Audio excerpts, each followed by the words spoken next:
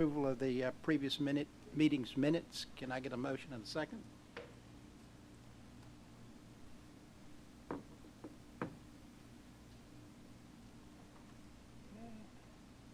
It's been properly moved and seconded. Any discussion questions? If not, please vote.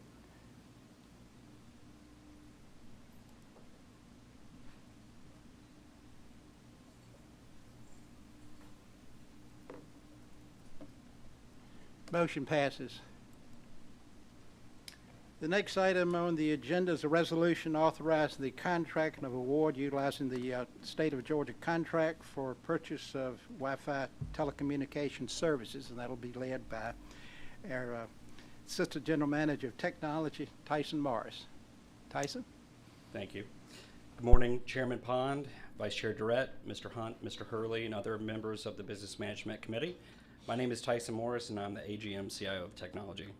I'm here to present the request for the resolution authorizing the award of a contract for the purchase of Wi-Fi telecommunication services for MARTA buses, rail cars, and other equipment, RFP P50754, utilizing the State of Georgia contract with T-Mobile USA Incorporated. Reliable Wi-Fi underpins MARTA's core operations. It supports the systems that keep buses and rail cars reliable while ensuring passengers remain informed and safe. This contract ensures uninterrupted service for key technologies supporting MARTA's operational equipment like our CCTV cameras that enhance passenger security, the advanced fare collection systems transmitting secure validated payments, and communications for the automatic vehicle location devices providing accurate real-time service information. By continuing to maintain our Wi-Fi infrastructure, we're ensuring the smooth operation of essential systems and delivering a faster, safer, and more reliable transit experience for our community. On July 24th, 2025, the Department of Technology submitted a letter of intent to the MARTA Board of Directors for the procurement of Wi-Fi telecommunication services for MARTA buses, rail cars, and other equipment using the statewide contract. This 3-year contract in the amount of $1,914,624 is being funded with 100% local operating funds. There is no DBE goal since this is a State of Georgia contract. In conclusion, the Department of Technology kindly requests the Business Management Committee recommend the approval of the resolution authorizing the award of a contract for the purchase of Wi-Fi telecommunication services for MARTA buses, rail cars, and other equipment, RFP P50754, utilizing the State of Georgia contract with T-Mobile USA Incorporated in the amount of $1,914,624. Thank you, Tyson. Could we have a motion and a second?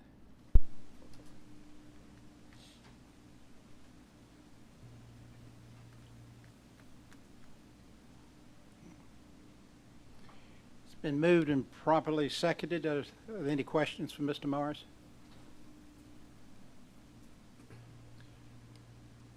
Beth? No. Yes. Mm-hmm. No, just thank you for the presentation. Who's the current vendor that we're utilizing now? T-Mobile. It is T-Mobile. Yes, ma'am. So what's the difference in this contract versus the one that's already established? This is the same one. It's the same. This is actually just more of an administrative aspect to align with the updated State of Georgia contract timeline. Okay, and as far as the equipment, all the buses and trains are outfitted, it's just, okay. Yes. All right, thanks. Good question. Ms. Pollock? Similar question, so thank you. Also, is there a way that we track when it's working for passengers? Because it seems like a lot of times it's not. It's a great question, and it's something that it's a continuous evolution on how we manage the bandwidth that comes through there. The way that the T-Mobile Wi-Fi communications work, it's dedicated for operations first, so all the equipment on the bus and rail, and then secondly to our passengers as the failover. So we are constantly looking at our T-Mobile contract and the devices on the buses and rail cars. I agree, I struggle with it as well, so you're not alone. And I think as part of preventative maintenance, as part of our ongoing testing, we should be doing a better job with that. But regardless, this is the contract, and we'll continue to evolve in how we maintain and make sure that we've got that service for our customers. Thank you. That explanation makes a ton of sense. I don't know if we continue to struggle with providing it for passengers. Again, understandable why. Mm-hmm. There is a place where we need to look at sort of how we're marketing it. right? If you don't believe it's a service you're being offered, then you don't necessarily know what you're missing. Yeah. As opposed to trying to use it and just being disappointed it doesn't function. Yeah. It's a great lever and a great tool for us to use to build ridership and have people use it on their commute. So I agree. It's something that we need it to work. And we need it to work consistently and widespread for it to be an aspect that we really tout. Great. Thank you. Ms. Ide? Yeah, I'm just going to jump on the Beth and Shana train on this because I always say, like, what gets my 20-year-olds to ride MARTA, and reliable Wi-Fi is one of them. So how do we know when we're on a train or a bus and it's not working that it's a equipment issue versus a bandwidth capacity issue? And, like, when should we let somebody know that it's not working? I mean, is that expected behavior or not expected behavior for it not work? Yeah. Yeah. Well, it's working, or else the buses and rail cars wouldn't be able to communicate. Okay. And we have talked to T-Mobile about better utilizing the data around our usage to see, where we're having spikes or dead spots and other things like that. Still more work to do with there in collaboration with them. But it's really hard, and unfortunately, usually the person who's trying to access it is the first person who realizes that either it's not adequate or it's not working.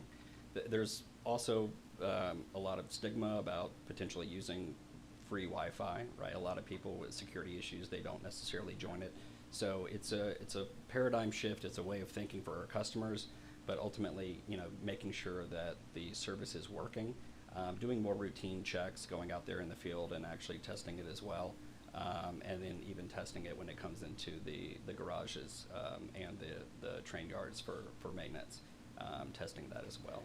So it sounds like, I think what I'm hearing from you is if the buses or trains are going, they are getting, at least the operators are getting Wi-Fi. Yes. All right, so it is more of a bandwidth issue than a piece of equipment on the bus or train. Most okay. likely, yes. Well, then I would say we don't have enough bandwidth because it happens all the time that passengers aren't able to access it. Very well so, right? And that's where we need to look at potentially newer investments or more hotspots or more access points within the vehicle itself. So it sounds rather straightforward, as right, it's Yeah. working or it's not working. But there's a lot of diagnostics that need to go in to make sure that that the bandwidth is as accurate as it can be. Right? The more things we add to the buses and rail cars, the more bandwidth that consumes. So it's a balance and a continuous kind of trajectory we need to look at, the usage. So is it helpful for Beth and Shana and I to message somebody when we're on a vehicle where it's not working? I'll give you my cell phone after this. Thanks. Not No. working.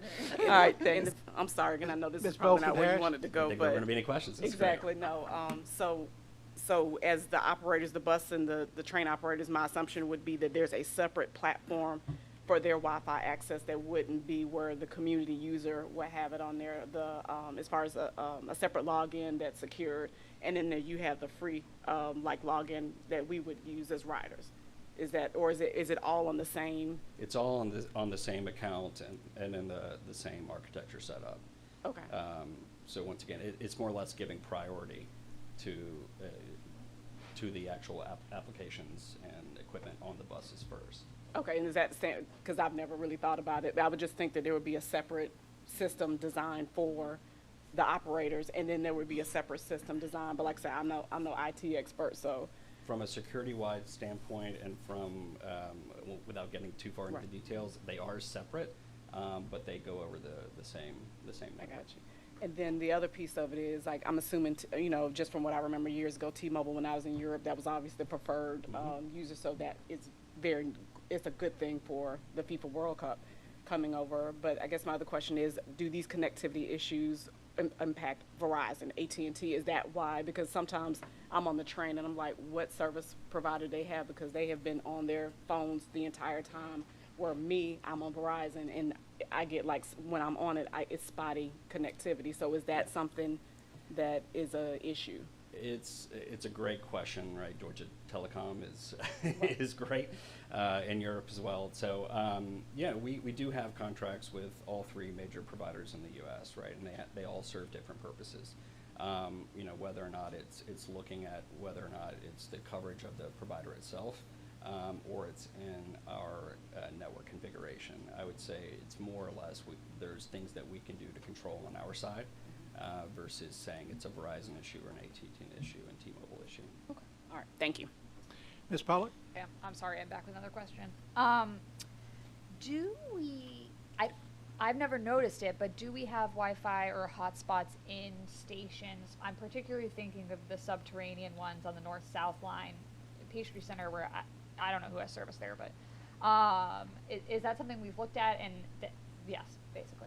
Do we have that? Yeah, Okay. Peachtree Station was my station for many years, and for many years I did not have service down there, and this was over a decade ago. But I still don't. we do have it in the stations You do? underground. Yeah, All right. correct. Apparently, I don't know how to use my phone. I want to be clear, the Wi-Fi that services the tunnels is a different contract than the Wi-Fi here. Like, we have different Yeah. service providers. We have a different service provider So, within yeah. the buildings. Yeah. Yeah, in the tunnel. So there are separate contracts for Wi-Fi in tunnels, right? So it depends on whether your experience is more on a bus or on a vehicle, or whether you're in the tunnel, because there are access points in tunnels. And so, yes, sometimes Miss Bolton Harris, like you, am a Verizon customer, and I will go through the tunnel at Art Center, and I lose signal, right? So there's a different contract that we work with, and I think that's maybe the Comcast, related to Comcast, that we work with in tunnel. So yes, there's preventive maintenance, a new preventive maintenance plan that we're putting together that will allow us to really look at the equipment that's on the vehicles, in the tunnels, as well as the actual service providers, and enhancing the work with the service providers in each, the cell service providers and Wi-Fi. That's really helpful. Thank you. I would say for me, one of the primary concerns is really like you're saying, in the tunnels or Peachtree Center, and in particular being able to reach like our Say Something app, or place a call if we have a problem. Just from a safety perspective, that to me sticks out the most. Yeah, and we recognize that is an issue, and we are working with operations on a plan that I think will get us to a higher level of reliability in this sense. Great, thank you. Okay, I see no other questions. Can we please vote?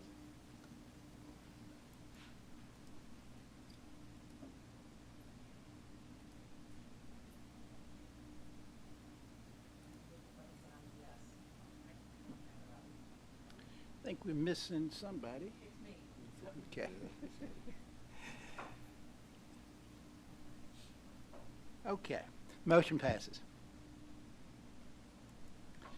The next item is a resolution authorizing the award for a contract for hardware and software support for Hewlett-Packard servers utilizing the General Services Administration contract, and that'll be led by Mr. Morris again. Thank you, Chairman Pond. Like you said, I'm here to present the resolution authorizing the award of a contract for hardware and software support for Hewlett-Packard servers, RFP P50744.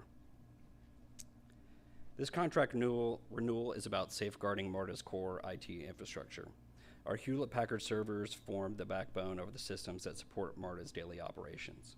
These servers host a number of applications, including Trapeze, which creates bus and rail schedules and dispatches vehicles, Teledriver, which allows MARTA to communicate directly with operators in the field, Oracle, which manages our business functions including finance, HR, and procurement, web ticketing for online purchases, our data warehouse, which stores operational data and provides reporting and analysis, and a CCTV archiver storing video footage needed for safety monitoring and incident investigations. Securing this contract ensures access to vendor expertise and resources that keep these running, maintain optimal performance, and prevent issues before they disrupt service.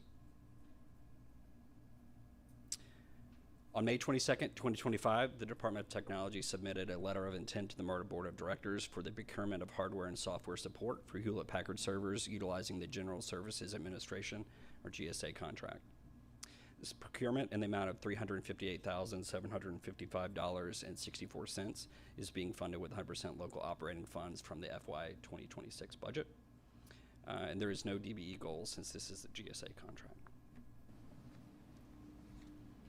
In conclusion, the Department of Technology requests the Business Management Committee recommend approval of the resolution authorizing the award of a contract for hardware and software support for Hewlett-Packard servers, RFP P50744, utilizing the General Services Administration contract in the amount of $358,755.64.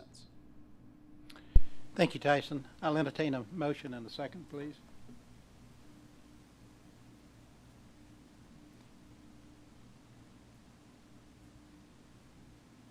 It's been moved and properly seconded. Any questions for Mr. Morris?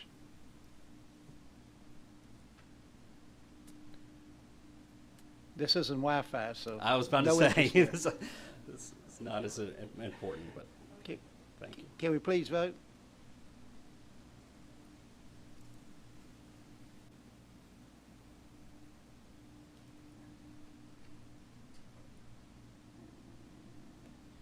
Motion passes.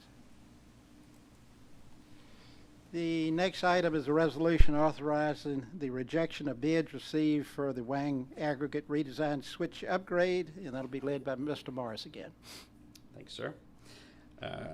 Once again, I'm here to present the request for resolution authorizing the rejection of bids for WAN aggregation redesign switch upgrade IFB B50647. From time to time, I may need to come to this committee with a recommendation to cancel or reject a solicitation. While these decisions are never taken lightly, they are an important part of responsible procurement. In some cases, the step may be necessary to protect MARTA's financial interests, reflect a change in strategy, ensure compliance with a new policy, or pursue a better long-term solution. My commitment is to always provide clear context and explain the reasons behind the recommendation and outline a path forward. In this case, after reviewing IT's current and future project priorities, including timeline, scope, and available budget, we made the decision to reject these bids received for the WAN aggregation redesign switch upgrade project. We will be reissuing the procurement at a later date with updated specifications that more closely align with our long-term goals and budget. For this solicitation, we received 3 bids, and per regulations, we are expected to come to the board to recommend the rejection of all bids.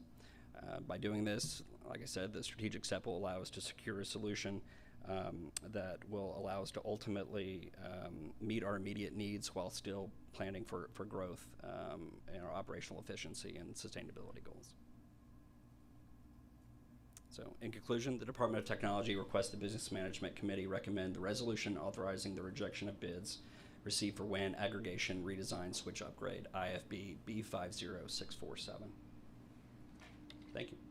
I'll entertain a motion and a second. It's been properly moved and seconded. Any questions from Mr. Morris?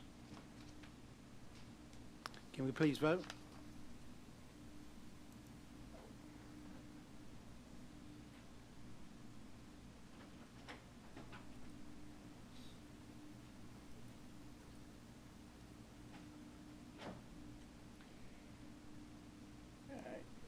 We have 6 affirmative and 1 abstention. The motion passes.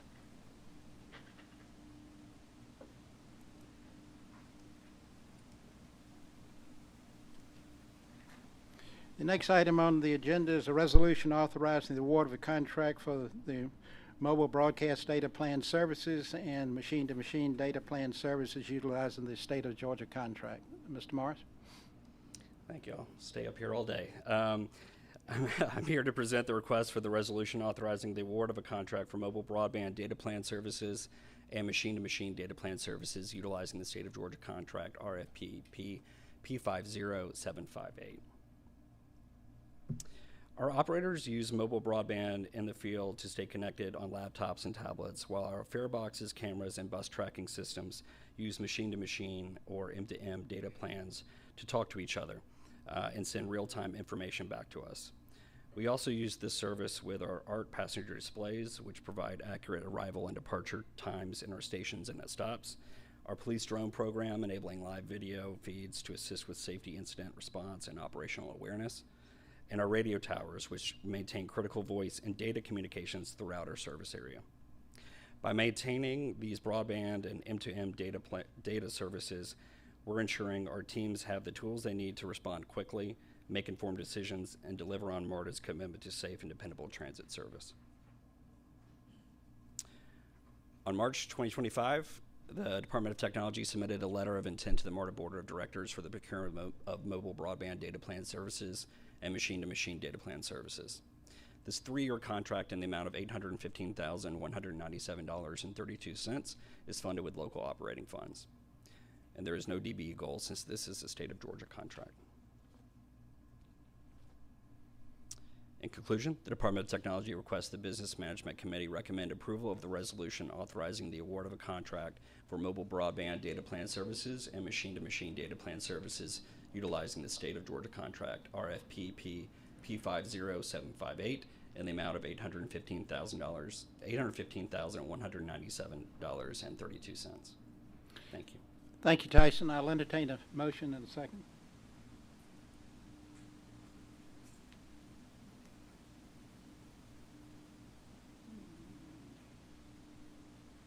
It's been moved and properly seconded.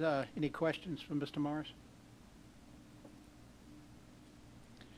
Okay, can we please vote?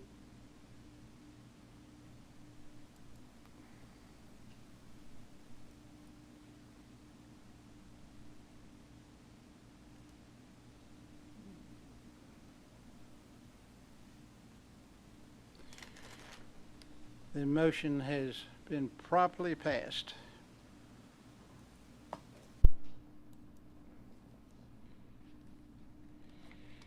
The next item on the agenda is a resolution authorizing the modification of contractual authorization for the Trapeze Master Agreement. That'll be led by Tyson Morris again.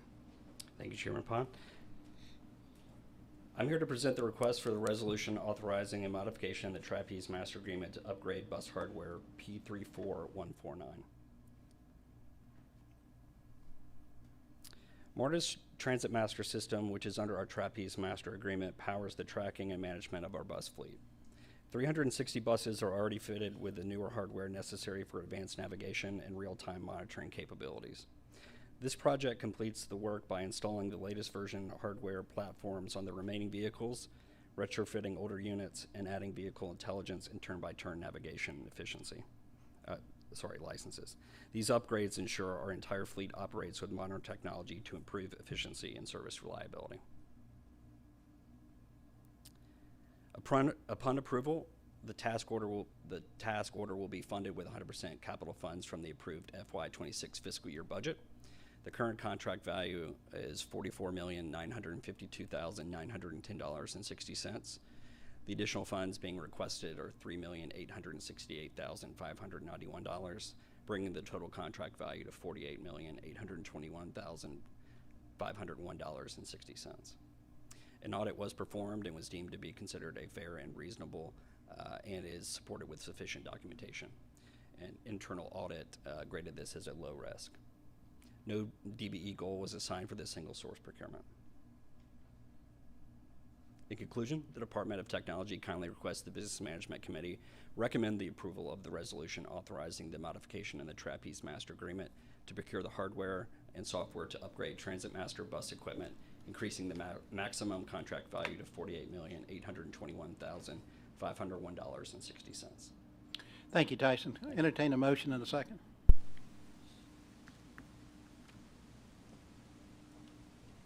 It's been properly moved and seconded. Any questions from Mr. Morris? Mr. Zagabi. Thank you for the update. Just a quick question. This piece of technology, once it's on the buses, I know that there was some dialogue around our ability to understand bus mileage of buses that operate. Does this enable our entire fleet for us to understand the number of miles, hours operated on buses per route? I should be more educated on this specific module. All the telematics and everything else that go on with the buses, we can pull. So were you saying that there was a discrepancy or there was a lack of capturing that data? Yeah, and I may be misinformed, but my understanding was that today, like, we're not able to pick a specific route and say, you know, over the course of the year, this specific route operated exactly this many miles. You know, and because the way the data is aggregated and because we don't have all that technology on the bus, my question was just, does this allow us kind of that next layer of tracking per route? This does. I mean, this is actually the vehicle location, so it actually maps and tracks where the vehicle is and where it goes. So that capability is definitely within this. So Perfect. And this covers the whole fleet now. Under this contract, the whole fleet will have that technology? Yes. All right, great. Thank you. Mr. Deard? Yeah, Tyson, in the original agenda report, it said 1% operating funds, 99% capital, but I believe you, in your presentation, said 100% capital. So I was gonna ask, why the 1%, 99%, and maybe, It's a great question, and actually, I was thinking that as I said it out loud. There's been some nuances with this, with grant funding and other things. I don't know if Ms. Holland's here. No. Yeah. There was proposed money spent under this grant for this equipment. So I think this is a little bit of a complicated question, but this is. sorry. No, there was a plan that was that we had maybe a year or so ago that we started down this path, but we since moved away from that particular contract, canceled it, and I think that there was some grant funding that was spent on the operating side to get that started. We realized that technology was not going to give us the actual performance that we wanted, and so we moved to this particular method. And I think that's why there's this 1% versus 99% difference. Okay, thank you. Mr. Fryson? Yeah, Tyson. So this is a master plan, and it's my understanding that it expires in 2028. All right. So the funds that we're contributing now for what needs to be done now, that doesn't mean that this will be the end of this. Are there some other things that can be asked for between now and 2028? Yes. I presented a couple months ago really a larger ecosystem within this umbrella. For this, CAD AVL aspect to it, this is simply for the hardware. Right. We do have a plan for upgrading to their cloud technology and other aspects there. So we have multiple parallel work streams around how to increase and modernize our bus fleet. So if I think I understand your question, this may not be the last, but this is a key piece to getting the hardware on the buses that we need for the future deployments. Okay. And so, and I know Trapeze is pretty embedded in everything that we do, in our operations. I guess the question I'm asking is, as we start using more and more of their services, where do we get to the point where we can say, well, we maybe need to put this at a competitive place so we can see other technologies? Yeah, I understand. It's a great question as well. There's few players in this space, believe it or not. And so while you see the longevity of this contract and the dollar amount, we have heavily invested into Trapeze and their services. There's always an opportunity, and we continue to look, and in this case we do look at other competitors out there, because while there are a few competitors out there, there is evolving aspects to their services that we do keep in track with. We feel like keeping the system more simplified, and by doing that, we can actually scale it a lot better. So it's not necessarily that we're just continuing down the path here. This is a major step to modernizing the fleet that we already have, and provide us with, once again, an opportunity to grow from there. So, we constantly, with this, not just this technology, but others, we constantly evaluate what's going out there in the market, the level of effort it would take to switch or to move to something else it's not undoable. It's not unthinkable, but we look at something that, how do we push the needle forward? And this gets us the equipment we need to actually move the needle forward. Okay. Ron, did you? Ron. And good morning. I realize I've been here 3 times and I've not said good morning yet. So good morning, BMC committee. And nothing that Tyson has said is incorrect. I just wanted to add some things, right? And so just a reminder that this Trapeze contract includes modules that support operations. It includes modules that support customer service and some other areas of the organization. And we did actually go out for this particular piece of work to competitively bid it. But again, once we went through this process, we realized that that was not the solution that was going to work for us, and so we kind of came back to modify and ended here, right? So we did try that about a year and a half or so ago, and George just reminded me also that the platform that you just approved maybe a month or two ago for the demand response service is one that is also comes out of another, an organization, it's RICO, that we're using. And so, while it may seem like this is a large contract and we're kind of, stuck here, we have been looking at other solutions. Sometimes it works out for us to take a module away, and other times, as Tyson's saying, it's best to kind of stick with the solution that we have based on what's, how our systems is set up.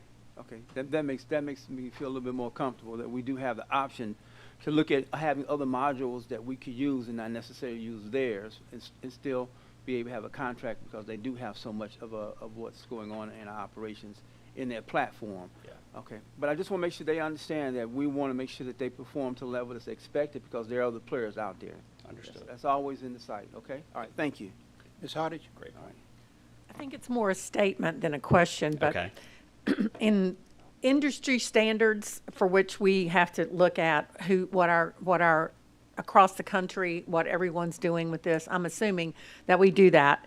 And so we know what's out there, and I know that it's limited. At least at the last expo I went to for APTA, I spent half a day looking at that, and it was way over my head. But I'll be the first to say that there's not as many players as you think in the market.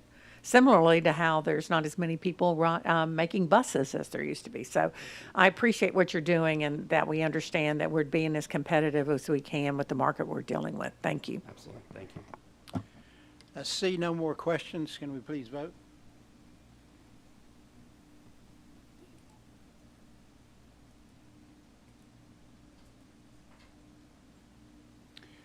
The motion passes.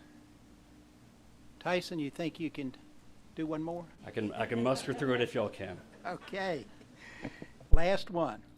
Resolution authorizing a modification to the contractual authorization for mass notification systems. And that'll be led by Tyson Morris again. Thank you once again, Chairman Pond and committee members. I'm here to present the request for the resolution authorizing a modification to extend mass notification system contract Everbridge for 1 year P50577. MARTA's Everbridge application handles all mass communications, both internal and external, for the authority. Communications can be delivered via email, SMS text, voice calls, passenger information displays, and more. This 1 year renewal will allow technology to continue with the current services available and will allow MARTA to use professional services from a technical account manager to optimize and expand functionality currently available within the platform that's not currently utilized here at MARTA. Technology is seeking a 1 year contract extension. Upon approval, procurement will be funded with 100% operation funds from the approved FY26 fiscal year budget. The current contract value is valued at $136,391.10. The additional funds being requested are $108,129.60, bringing the total contract value to $244,520.70. And there's no DB goal that has been assigned at this time. In conclusion, the Department of Technology kindly requests the Business Management Committee recommend approval of the resolution authorizing a modification to extend Mass Notification Systems contract Everbridge P50577 for 1 year. Thank you. Entertain a motion in a second.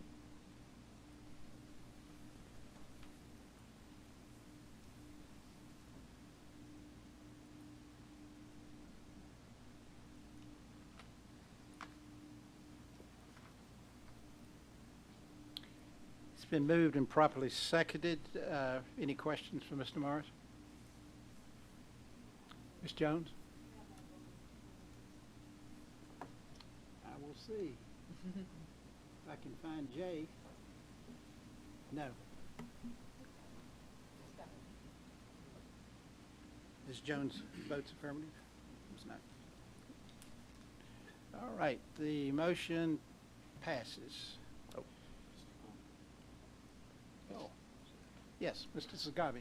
Just had a quick question. On this one, I'm just looking at it. It looks like we're getting a 1 year extension on a 1 year contract. Is there any reason we bidded this out, like went through all the work to bid it out for a 1 year contract? It's a great question with a long history. Before I arrived here, no, it's a great question. I think in April of last year we came here to look for a replacement. Between then and now, we've still yet to really find another vendor to go out there and replace this with, if deemed replaceable. And so while we feel like there is, once again, back to the earlier question, we continue to evaluate other products in this field.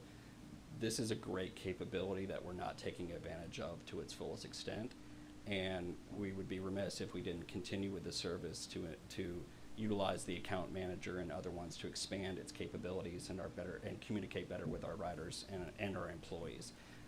So while this may seem like it's kicking the can down the road, the contract is expiring, and so we want to continue to explore and expand this over the next year while we continue to evaluate newer players out there. But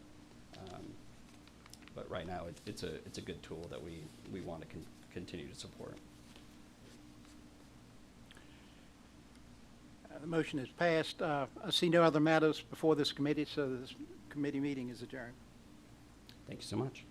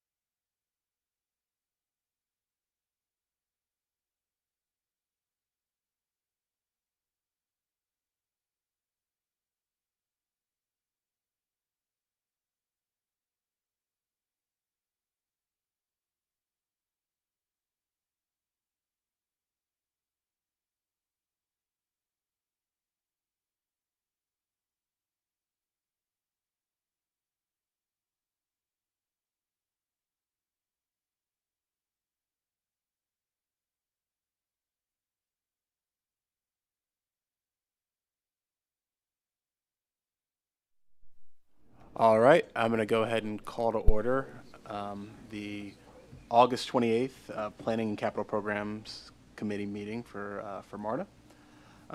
If our last meeting was the Tyson show, today is the Eric show. So we've got a few items of business we'll go through. So our first agenda item is approval of the July 24th, 2025 Planning and Capital Programs Committee meeting minutes. Do I have a motion and a second?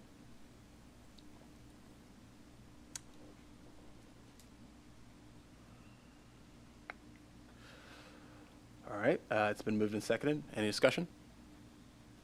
Seeing no discussion, please vote.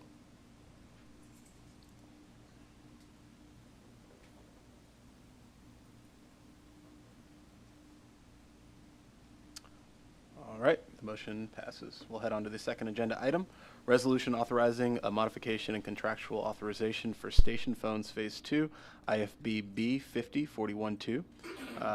Mr. Eric Leach, our Director of State of Good Repair Program Management, will be giving the update. Floor is yours. Good morning, Chair Zagabe, members of the Planning and Capital Programs Committee, Mr. Hunt, and Ms. Rocha. Today I'll be presenting a request for a resolution authorizing a modification to an existing MARTA contract for the Voice over Internet Protocol, or VoIP, station phone program. So to start off, I'd like to provide a brief history of the procurement that we're going to be talking about today. The customer phone contract was approved on March 14th, 24 for a total of $3.87 million. The $3.878 million total was broken into two categories of phone equipment, which was the lion's share of the $3.2 million, and a supporting network equipment of $631,000. The base term of the contract was 36 months, and the funding being all local funds. The vendor that was selected at the time was NetSync Solutions Incorporated, and the need for this procurement at the time was to replace the existing rail phones that provided contact for our customers' employees to assistance, information, and emergency support. These phones had reached the end of their useful life. So the request today is for a contract modification that was due to a few items that have occurred in the last year. So back in June 25th of 24, we accessed the GM's 5% contingency as it was released to cover possible storage fees for the equipment as it gets ordered. To occur over the life of the contract. Two contract modifications were issued in 2024 to change the contract's special terms language as well as adjustment to the overall contract value to fix a typo of 60 cents. The language of these contract modifications permitted the vendor to change their pricing for the equipment after December 2024. The vendor did increase their pricing in early 2025 when we started some of the procurements due to the rising material costs and the manufacturing from overseas. The third modification that is being requested is for cost changes for the equipment that's being procured and a ratification of the contract because the new equipment costs for the items that were made during the procurement, bringing the new contract total to $5,059,239.56. So with that, the Capital Programs Delivery Team respectfully requests the approval of a resolution authorizing the General Manager or his delegate to modify the contractual authorization for station phones Phase 2, IFB B50412 in the amount of $5,059,239.56.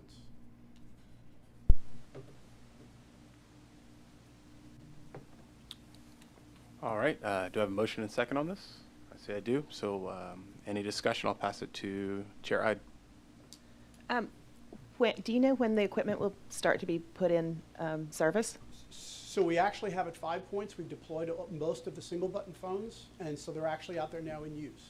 Great. And we're looking at Indian Creek and all the stations that we're doing under station rehabilitation.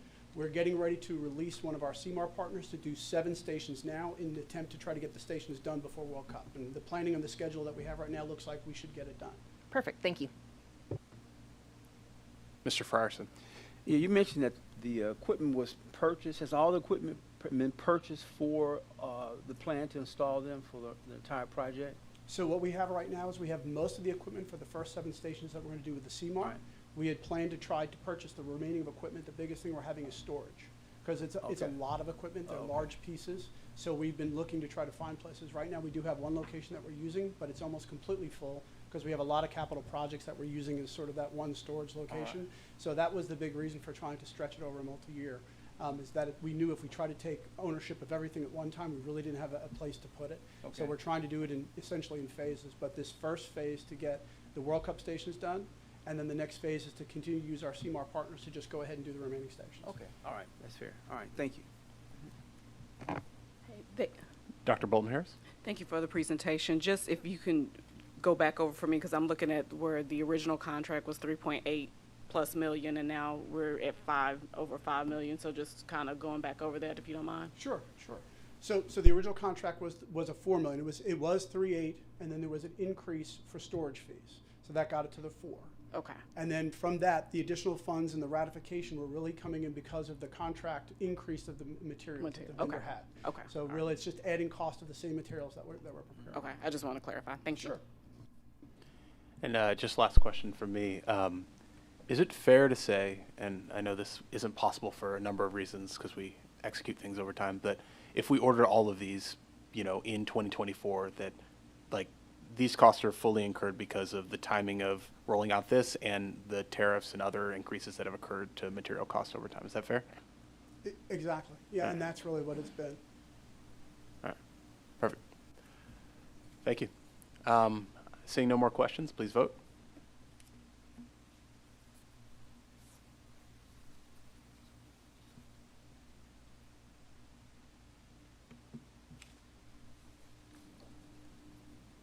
The motion passes.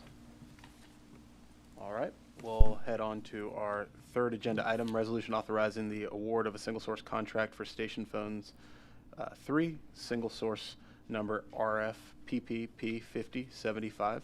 And Eric, the floor is yours again. Thank you. So this presentation is similar to the first one. So this is a request for a resolution authorizing an award of a single source vendor for new devices supporting the Voice over Internet Protocol, or VoIP, station phone program. To provide a brief history of this, how I arrived today, is in February, the program team reviewed the possibility of using 2-button phones instead of a single-button phone. This was to lower the amount of phones within the stations. The original program was going to replace 1-for-1 throughout all the stations, and a lot of our stations have phones. You've seen them. A lot of the phones are the old tan phones, like the ones we had in our kitchen growing up back in the day. We're replacing them with newer, better electronic versions like you see on the screen. As we got through the plan, we recognized that replacing 1-for-1 maybe didn't make sense. So could we possibly look at it using 2-button phones, where maybe it would have an information and an assistance, or an emergency and an information, to try to consolidate a little bit. The concern of maybe not having enough phones for patrons was considered, and what we thought was, if we had an assistance phone and an emergency phone within each other, we'd put it in the middle, and also using blue lights to help locate them. So they would be enough to cover the stations and make sure everybody was safe. We worked with our existing supplier, NetSync, who is contracted to supply the previous contract, the single-button phones, under the IFB contract, to get formal proposals for the 2-button phones. The proposals were received, MARTA Legal and Audit reviewed them, and a single-source procurement was approved, which is why I'm here today. So to give you a brief overview, the VoIP station phone program scope was to obviously replace the older phones with new single and dual button phones throughout the stations, upgrading everything to electronic as opposed to the old analog copper phones that we've had throughout the stations for years. What you see on the screen today is exactly what's going to be out there: stainless steel cabinets, blue lights, so that people can recognize them with the stickers on the side. They'll permit the patrons and employees to connect quickly to assistance, information, and emergency needs on the MARTA side to get them help if they need it. And additionally, these phones will be easier to maintain, because as they go down, if they go down, they can actually, our IT department can pinpoint which phone went down. In the past, when a phone went down, it was very hard to tell. It's sort of like having the old phones in your house. If a phone goes out, you don't know it's out until you physically pick it up and it doesn't work. So these are actually going to ping back into the network to say, I'm not working, essentially. They'll know which one it is. And obviously, the stainless steel cabinets will be much more durable than the old plastic phones from the ones we've had back in the day and we've been trying to replace for a while. The proposed total of this requested award is $2.2 million. The funding supporting this purchase will be local funds and is fully supported by the FY26 budget under the program, which is $12 million. We started the internal coordination of these 2-button phones procurement back in May of 25, while concurrently negotiating with our CMAR contractor. This way, if we can get these delivered, we'll be able to use these 2-button phones in the 7 stations in future going forward. We're trying to coordinate them together to try to get the delivery. So with that, the capital programs delivery team respectfully requests the approval of a resolution authorizing the general manager or his delegate to enter into a contract for a single source procurement, P50705, VoIP system-wide phone upgrade in the amount of $2.2 million. All right. Do I have a motion and a second?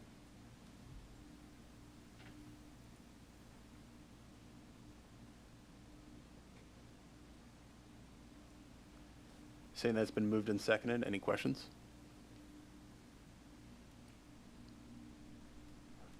Just one question for me, and this kind of goes back to our briefing, and I just want to walk through this. So, three numbers, and just help kind of wrap our head around them. So, the last item we looked at, 3.8 million, up to 5 material costs. That totally makes sense, but let's call that 5 million. There's this piece, 2.2 million, and I guess the question I would have there is this a modification to part of the scope that was in the prior, or are these totally new assets, and this is additional assets that are totally different? And then the third number is the 12 million, right? So obviously, if you add those two up, that's 7 point. So there must be other things that are part of that budget, but helping understand So what's I'll the go 12 backwards. million. I'll start with 12. So 12 is the full program for delivery as well, for the CMAR partner to do the construction and the installation. So that's the easy one. So then the 2.2 of this procurement for the single button phones. So yes, as we analyzed and looked at the program that we inherited, we recognized that we were doing one for one, and we said, you know, that's a lot of phones. Do we really want to have that much material? Do we need it? And that's when we came up with the 2-button phone idea, which we presented to management, and they liked it. So then we're consolidating. So the cost of these phones, while they are slightly custom, the face plates are custom, where it says emergency and assistance. They don't normally make those. So just the face plate, but the rest of the internals and the externals are the same. So that cost is an add. But the increase of the value of the first contract that I asked for prior is because we are reducing some of the equipment, but because the costs are going up, we're getting the total amount. We expect not to use that total amount because we're not going to buy as many, but we want to have the money there in case we decide to put additional phones out. Okay, and maybe to be super simple there, the first contract would be going up even more if we weren't doing the second contract. Is that fair? Okay. Yes. That's a good way to understand. All right, great. All right, looks like no further questions. Please vote.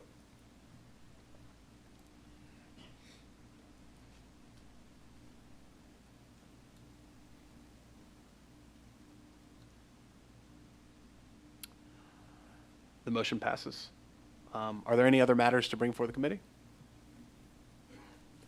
If none, I'll bring this committee meeting to a close. Thank you.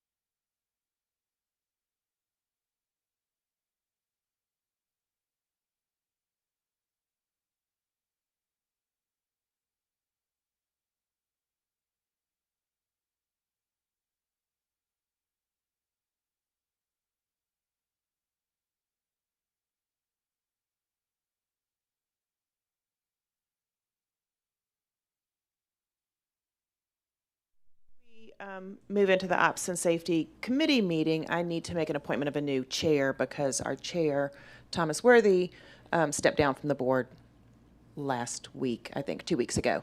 And so I'm going to appoint Frida Hardage as the current chair of the Operations and Safety Committee. Thank you, I think. Anyway, we do. Can we take a vote on that? Yes, you can, absolutely.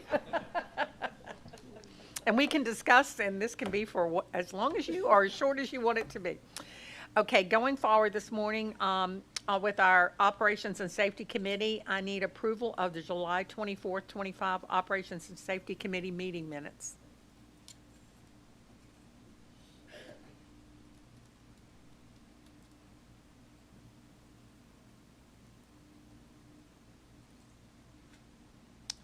We have a motion and a second.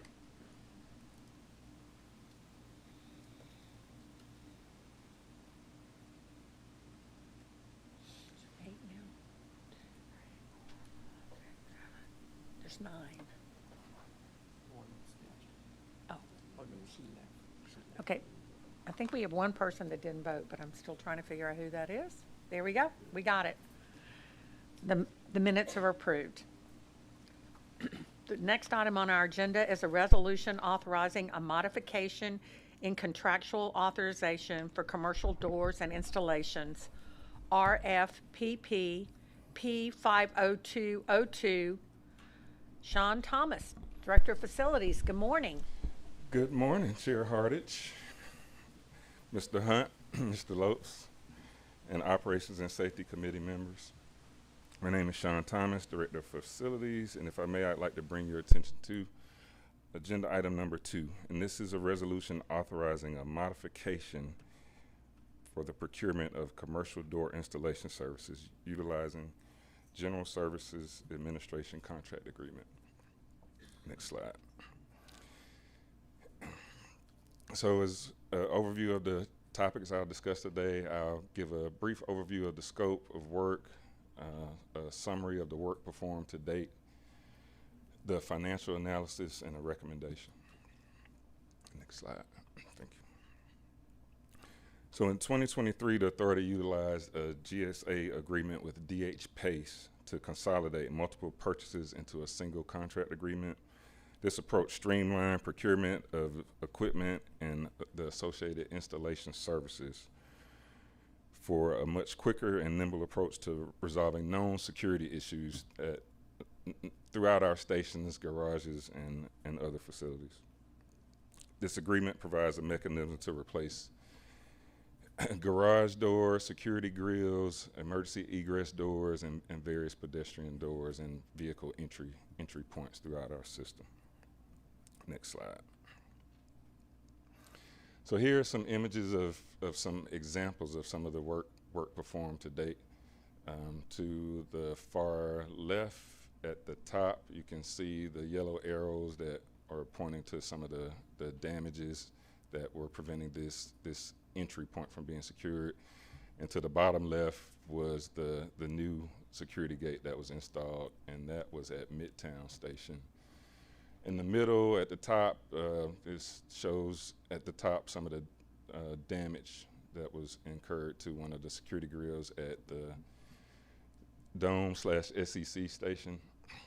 And similarly at the bottom in the middle, you can see the replacement unit that was installed. And to the far right, those are some examples of some of the damage to emergency exit doors at a couple of stations. Top Dome SEC, and the bottom right is Peachtree Center. Next slide. So with respect to some of the work performed to date, we issued the NTP in October of 2023, and that contract authorization was originally $2 million. Since that time, we've issued over 40 task orders for which came up to approximately $1.5 million, or 75% of the contract authorization amount. And at this time, we currently have about 88 thousand worth of work underway, and we have a balance of $484K on the contract. Next slide. So the original award amount, again, was $2 million, and we're at 75%, and this agenda item seeks approval to increase the authorization amount by an additional $2 million in 2 years, which would bring the new award total to a not to exceed amount of $4 million. And this would bring us in alignment with the current pricing that's been established on the GSA price schedule. Next slide. With this in mind, I respectfully request authorization to modify P50202 with DH Pace for an amount not to exceed $2 million. And now I turn it back over to you for consideration, Chair Hardage. Thank you. Can we have a motion and a second, please?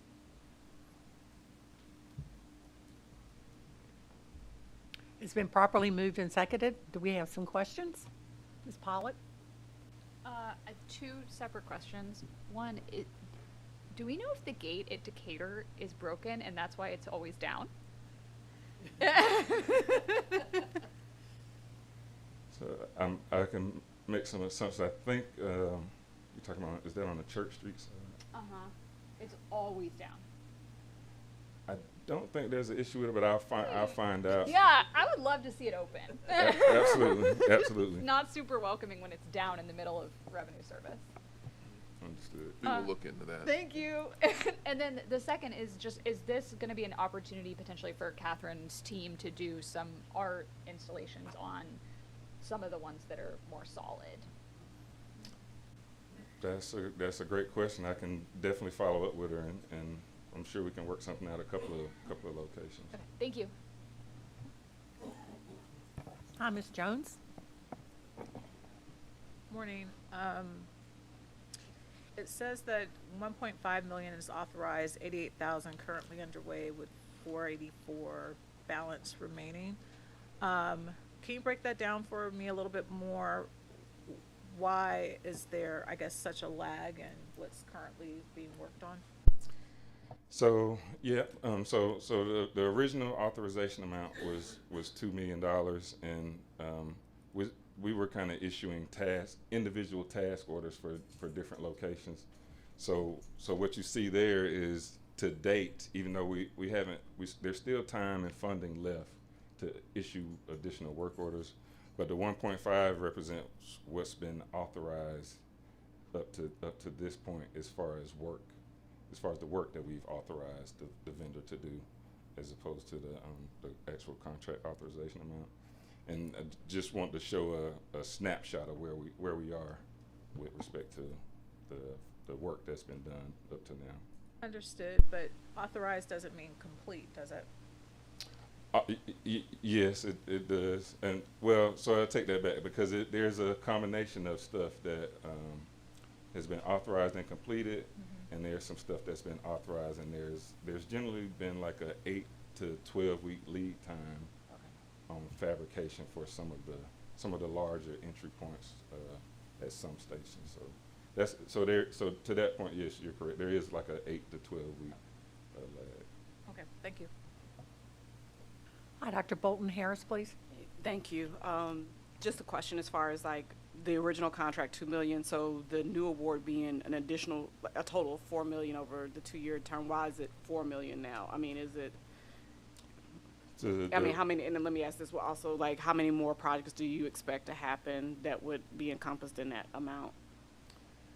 So the $2 million from the original authorization amount and the additional $2 million would bring us to the 4. And originally, when we did the first amount of $2 million, we were basically using the amount of purchase orders and individual RFQs that we had done over like a similar time span. So that was kind of how we came to that not to exceed amount. And yes, there's a lot more locations to do.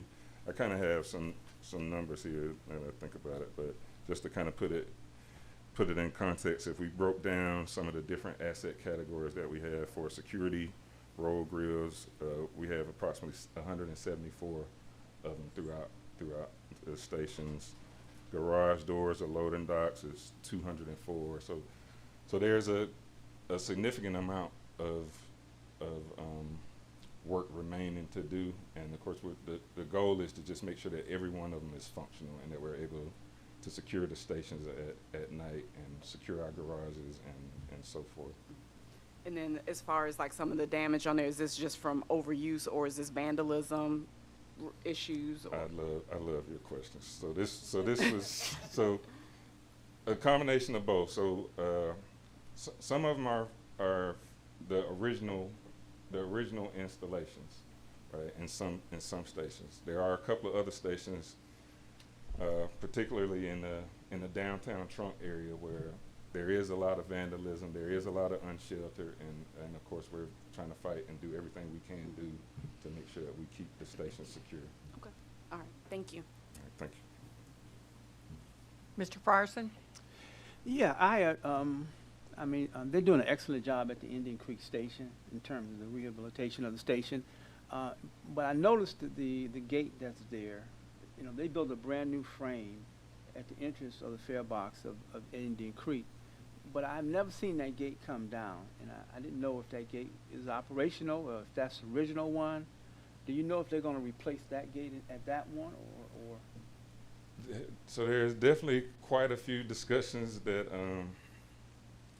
so my team, we have monthly security meetings with MARTA police, so all of the respective precinct commanders, and there are quite a few areas where I say that we know that there are some security gaps, and some of them are associated with some of the other projects where we've added or changed some of the entry points, based on based on TODs, based on fare collection projects, and so on and so forth. So, but I can guarantee you that we will make it where we can secure it. But there's probably some that will require some redesign of some areas that were not previously entry points as part of the original station design. So that's some of the stuff that we have at some of the locations.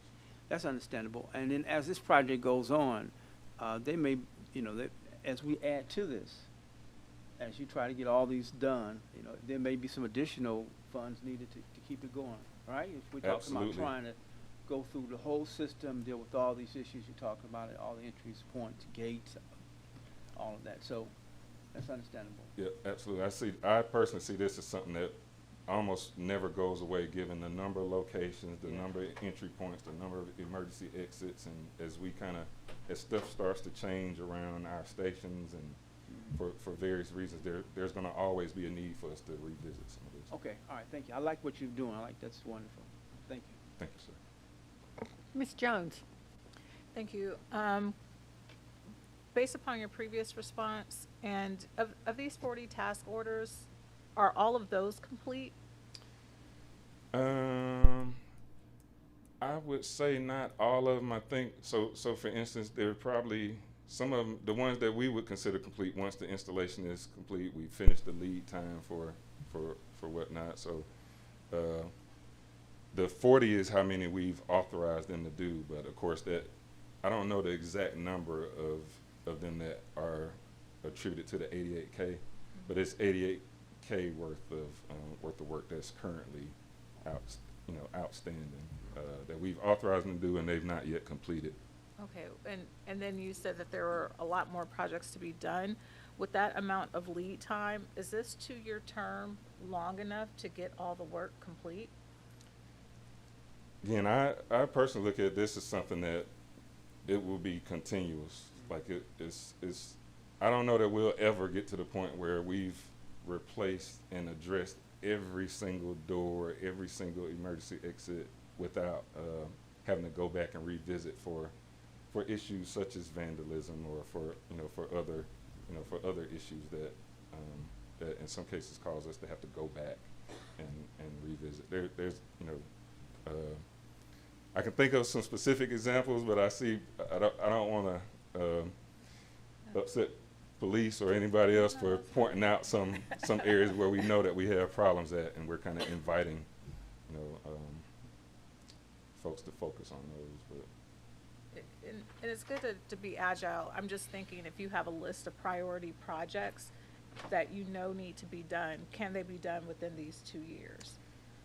yeah, I do, and again, I also think even once we get to that point, 2 years from now, there'll be another request to come back, because we'll be going back to start even to address some of the stuff that is either aged out or has been vandalized, or we've kind of run into some new issues. When we look at the spend on this contract over 2 years, we're tracking to be able to spend all $2 million in the next 2 years. I think as that contract ends, speaking to Sean's need for future door repair, we would revisit whether the GSA contract is the appropriate instrument to use, or we want to go out for a different type of contract. So the $2 million will get us to that 2 year, and then we reevaluate both the priority list and the budget and the instrument used to procure. Thank you. That answers my question. Would you introduce yourself for all of our friends watching across the globe, Daniel? Sorry about that. I'm Daniel Hecht. I'm the Deputy Chief Mechanical Officer. Yeah, go ahead. One other item, Mr. Thomas, not to pick on you, but just for clarity, the board resolution, the station is the Sports, Entertainment and Convention District Station, and the short acronym that was approved by the board is the SEC District Station. SEC District Station. So I'm not admonishing you, but rather the entire authority to please refer to it as the SEC District Station, as we are currently visiting with our friends at the Southeastern Conference about that name. Thank you, sir. Yeah, that was for the benefit of the ACC teams.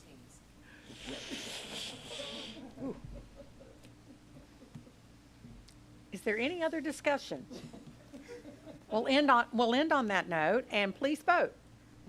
I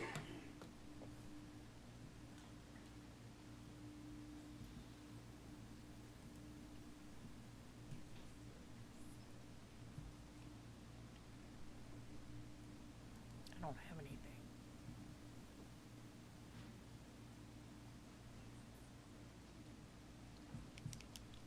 I can't vote.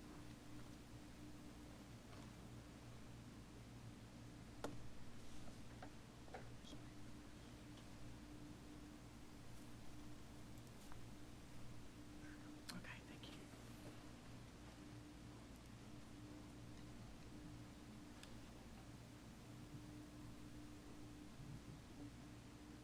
And your motion resolution passes. Thank you. Thank you. Now we're going to see a resolution authorizing the award of a contract for diesel exhaust fluid services, IFB B50590. Anthony Morrow, who's our acting manager of engineering, reliability, and bus maintenance. Welcome. Good morning. Good morning, Chair Hartage, Mr. Hunt, Mr. Lopes, and members of the Operations Safety Committee. I am Anthony Morrow. I am the acting manager of engineering, reliability, and bus maintenance. May I direct your attention to agenda item number 3. This is a resolution for the award for procurement of diesel exhaust fluid. Next slide, please. This morning I have a brief discussion. First and foremost, what is diesel exhaust fluid? Why do we need it? Going to cover some of our fleet usage, and then the request, please. Next slide. So what is diesel exhaust fluid? Diesel exhaust fluid is an additive to the exhaust.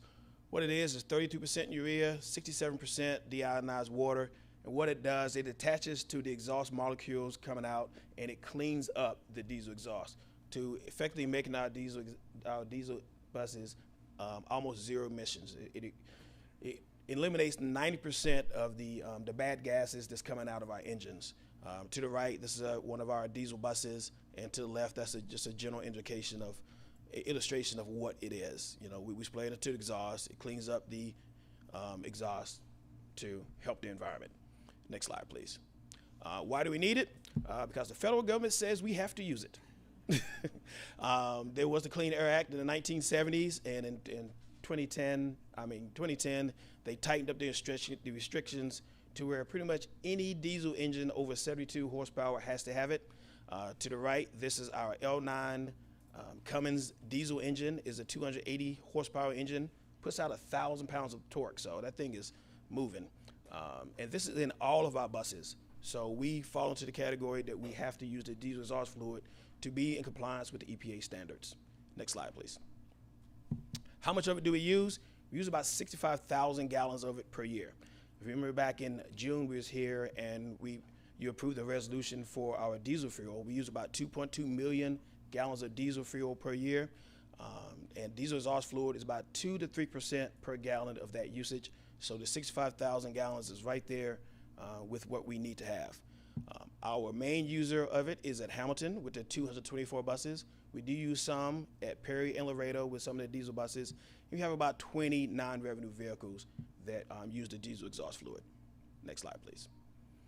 This is a standard replacement contract for 4 years. We did receive multiple bids, with the lowest bidder being McPherson Oil Products. They are also the incumbent. The reason why they are the lowest because they actually blend their diesel exhaust fluid in-house. For this bid, it comes in about $1.98 per gallon. To get some context, that's about 60% less than what's the over the road trucking. They pay about $4 a gallon. If you go to Napa right now, look at it, about $6 per gallon. So this is a very good price that we are getting for this diesel exhaust fluid. And with this, there was a 5% DBE goal. They are meeting that with the transportation deliveries of the diesel exhaust fluid. Next slide. With that, I respectfully request the board to authorize a contract for diesel exhaust fluid to McPherson Oil Products for a term of 4 years for $530,680. I would turn it back to you for any questions. Do we have $640, I'm sorry. Do we have a motion and a second?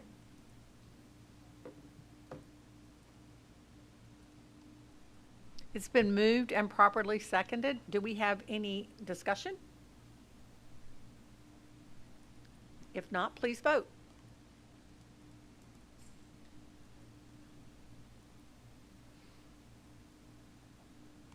The motion is passed. All right, thank you. Next, we have a resolution authorizing the award of a contract for wait a minute. Nope.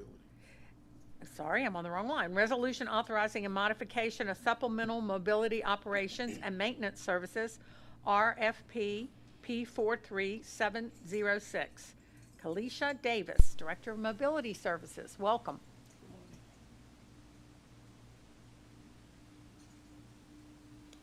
Good morning, Chair Hardage, and congratulations on your most recent appointment.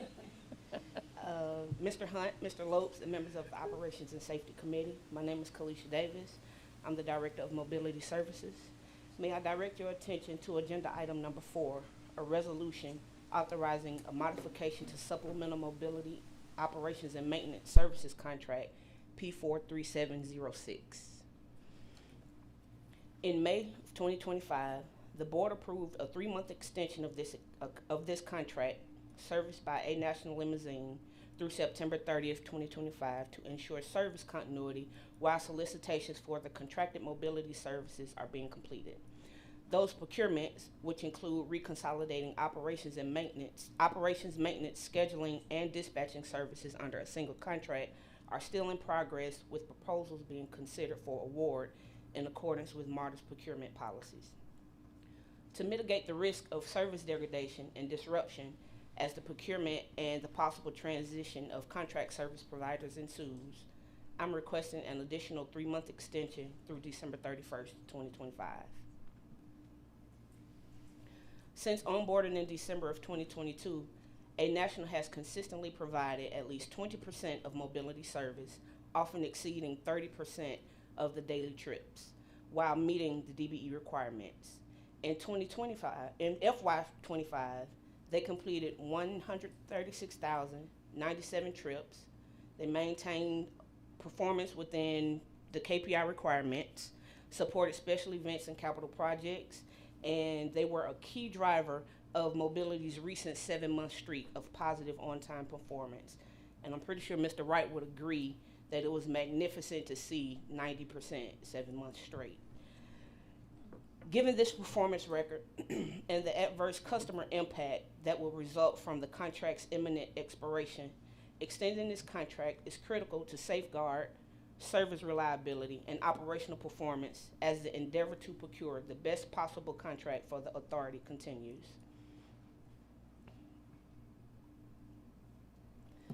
The current contract value is $56,665,485.38, and A National has agreed in writing to uphold their current rate, so no audit is required.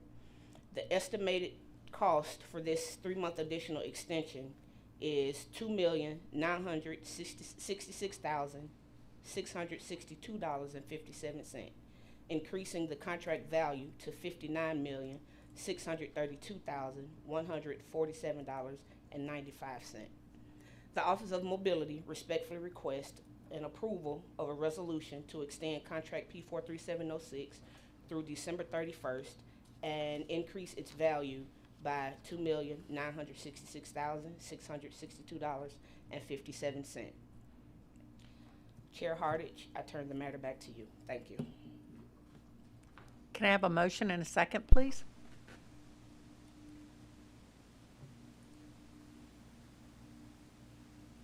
It's been properly moved and seconded. Do we have some discussion at all?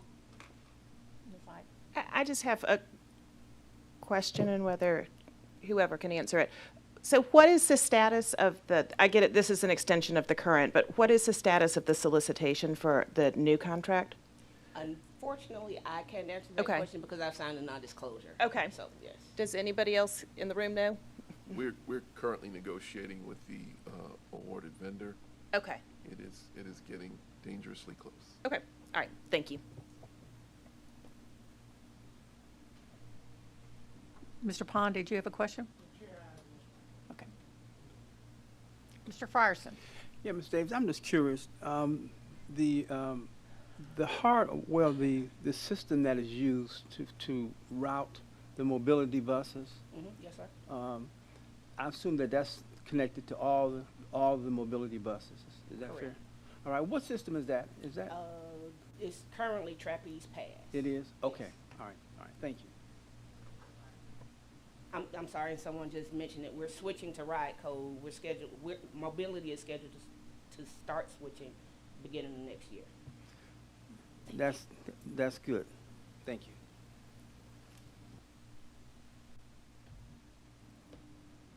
If there's no other questions, please vote.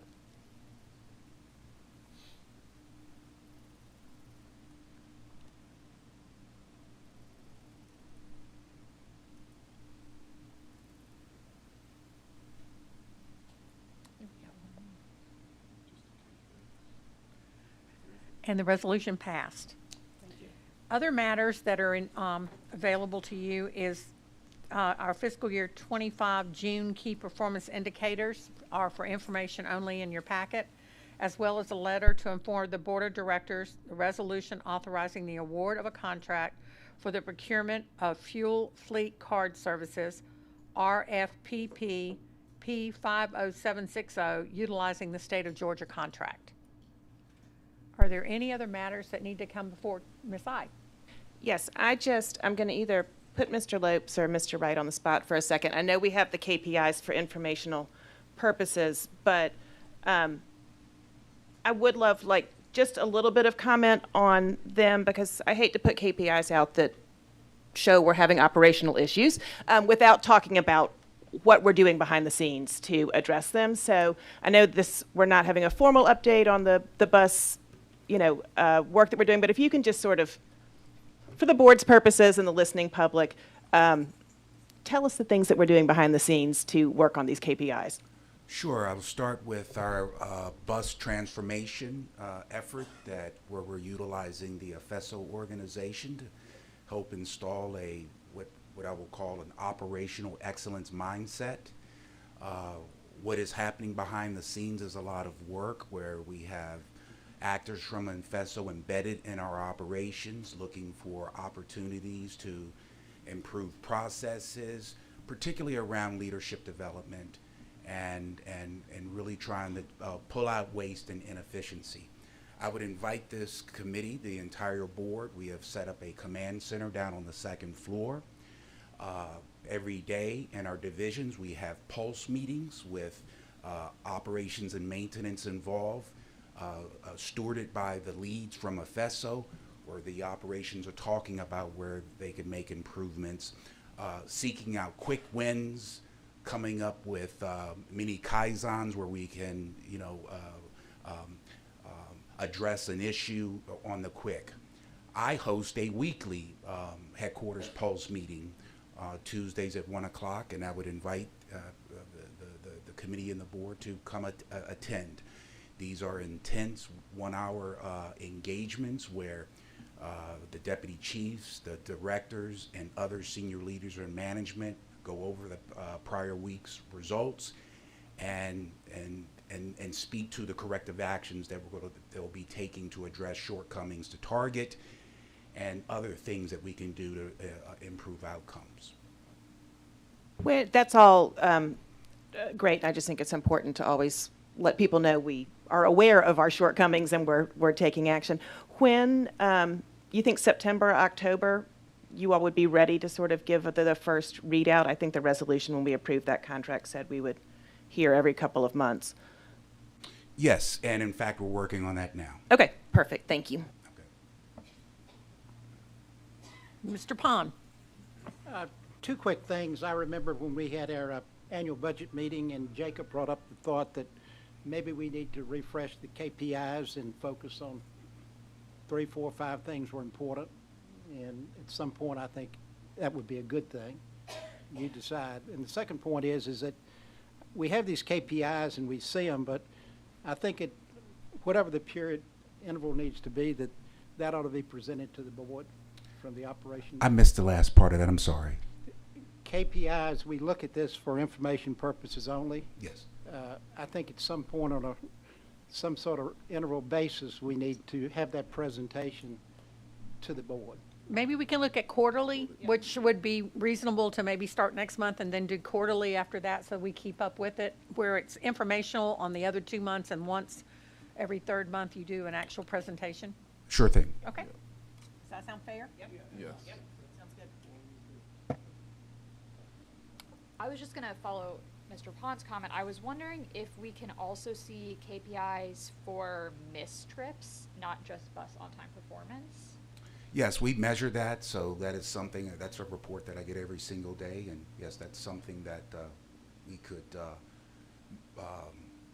put on a dashboard for view. Yeah, I would love to see that included in a dashboard. And then the other piece that would be, I think, useful is at the bottom you have a lot of information on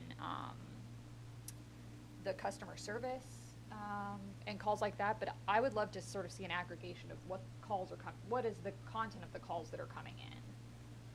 Okay, I think we can work Not on just that. how long are we waiting to call and are we satisfying the complaints quickly, but Yeah, that data is collected. Who's calling in? Yeah, that, what that, are yeah, they that not data is like? collected. That would be awesome to see as well. So good morning. So speaking again, speaking broadly, one of my teams is responsible for the collection of that information and how we distribute it. That's Rob Goodwin in the research and analysis team, and they are working also with Mr.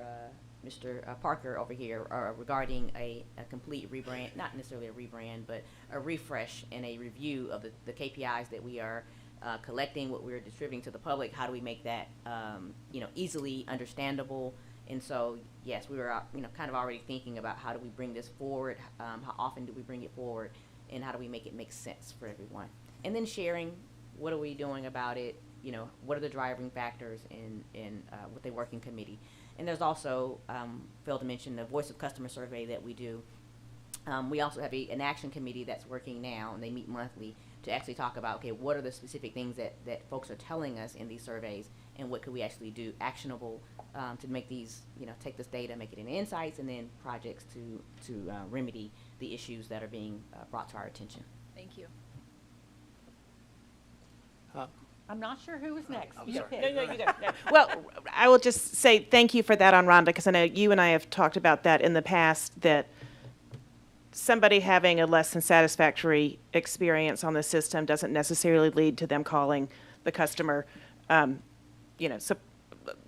support line, sometimes it just leads to them giving up on writing MARTA. So I do think whether we're doing an NPS or the voice of the customer, whatever, to drill down a little bit more to see, you know, get some more granularity to how people are feeling about their experience, because sometimes when I look at this data, there's a disconnect between, oh, we're doing well in customer experience, but we're not doing well at all in on-time performance, and that's, you know, doesn't make sense. And I think it's because people are saying, you know, my bus was canceled and I'm going to take Uber and I'm, you know, just not going to deal with MARTA. So I think what you're doing is great to try to get a little bit more, you know, into the weeds on that. Yes, and we do. We measure, because I want to measure how my staff is doing in the customer service center, right? You know, are people even able to get to us to tell us what's wrong? So we'll keep that, but we'll also dig a little bit deeper. And we do. We actually have a readout that we get once a week, every Tuesday. Paul, George, myself, and Chief Crayer look at, you know, all the specific comments that come in, or the written comments that come in. So while it may not show here, it's, you know, we're looking at it every Tuesday morning, and looking at what we can do to improve it. So we'll continue with that. And I just had a quick comment in the spirit of constructive kind of feedback. One thing that would also be helpful with this is every month we get this, I flip through it and I go all the way through. But it actually would be really helpful if we just, like, it's 16 KPIs. If there was one page at the top that just had red light, green light, yellow light for all 16 of these in a row. So we could look and say, all right, like I just did the math on them, 10 of them are, you know, below, they're either red or yellow, 6 of them are green. And I think it's just a helpful view on a regular basis as well. We can make it more easily digestible. Yeah. Perfect, thank you. And then just, I'll follow up and thank you, because that was one of the things, just a easier platform to look at it and get a quick picture. But the other question I have, and this is just as we having a dialogue, do we have something that, whereas people who maybe use the app that, you know, because they're checking the train time or the bus times, a pop-up mechanism where it's like, hey, I see you wrote, you know, you're using MARTA, is your service experience good? Just because, like I said, a lot of times people may not call in per se, or like they'll drag you in social media. But as far as, like, you know, when we fly on the airline, like immediately when we land, it's like, hey, did you have a great experience? You know, asking. Most people won't fill it out, but it may be something that if it pops up, and it's more likely for people to give you real-time feedback. That is not available today. That is something we're looking at making available as we bring on our new app. So I think maybe last month David came up and we spoke about how we're going to improve and make improvements. So just currently not available based on the limitations that we have right now with our technology. But the app that's replacing the MARTA on-the-go app is one that will be able to allow us to have that type of feedback and direct communication. So yes, ma'am. Thank you. Anything else that needs to come before our group today? If not, Operations and Safety is adjourned. Thank you.